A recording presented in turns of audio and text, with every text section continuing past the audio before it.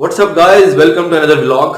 मैं यूनिवर्सिटी से जब अभी घर पहुंचा हूं और आज का जो व्लॉग है, मैं कल वीडियो देख रहा था महविश की, जिसमें वो कह रही थी कि अच्छा, सारी बातें एक तरफ, सारी बातें जो महविश की व्लॉग की एक तरफ, लेकिन उसने जो एक बात बोली है ना, यानी कि जो जिस तरह वो कह रही थी कि सस्ते टोटे, सस्ते टोटे सस्ते टोटों का, इन सस्ते टोटों को क्या करना है। लास्ट में जब वो कह रही थी कि इन सस्ते टोटों को क्या करना है, जिस तरह उसने एक्टिंग की थी, कह रही थी ई करके।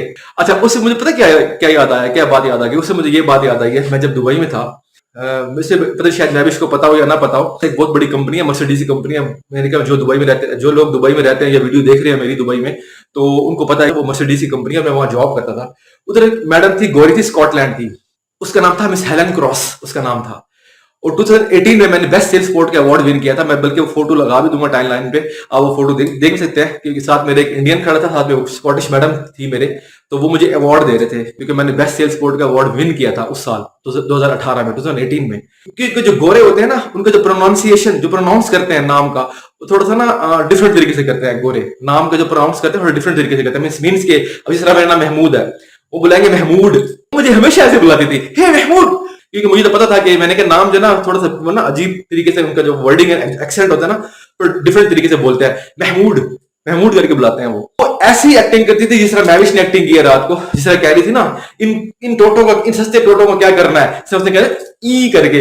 तो मुझे उसके बारे में बड़ी हंसी आई, मुझे उसकी एक्टिंग में बड़ी हंसी आई। और बाकी उस जो मुझे जो वीडियो, जो मुझे नोटिफिकेशन आया था, वो नोटिफिकेशन तो गया, वो तो नहीं आया, वो तो वीडियो भी खत्म हो गई है, वो वीडियो भी खत्म हो गई है। Game is over, chapter is closed कर दिया है महविश ने। That she came back again to her life, मतलब वो वापस अपनी नॉर्मल रूटीन में आ रही है महविश। तो मुझे अच्छा लगा, मैंने कल आदमी वीडियो बनाऊंगा। और मुझे उसकी हरकत देख के मुझे स्कॉटिश मैडम याद आ गई, क्योंकि उसकी जो एक्टिंग थी, जिसमें, क्योंकि इसकी जो महविश की जो एक्टिंग थी, सेम लाइक स्कॉटिश गोली की तरह थी। तो मैंने कहा था मैं लाजमी इस पे वीडियो बनाऊंगा। मुझे अपनी हेलन क्रॉस मैडम जो है ना, वो याद आ गई। मैंने कहा था यार देखो, वो जो वो मुझे हमेशा हमेशा जब भी मुझे बुलाती थी ना महमूद, कहती थी hey Mahmood, have you finish your lunch.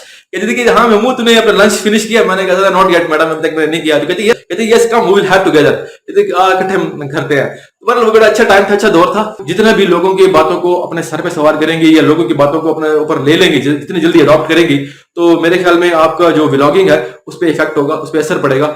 आप इन बातों को साइड पे रखें, क्योंकि लोग तो बातें करते हैं, जैसे मैंने अपनी हर वीडियो में बोलता हूँ कि लोगों का काम है बातें करना, लोग तो बातें करेंगे करेंगे। इन चीजों को आप एक तरफ रखते हुए अपनी ब्लॉगिंग को मद्देनजर रखें और उस पर ब्लॉगिंग करें, और अपनी जिस तरह नॉर्मल रूटीन में ब्लॉगिंग करती हैं वो ब्लॉगिंग बनाती हैं।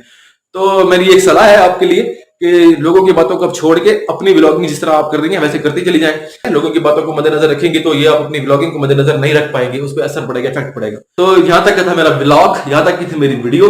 तो इंशाल्लाह जिंदगी अगले ब्लॉग पे करते हैं मुलाकात। Till that, goodbye, take care, खुदा हाफिज।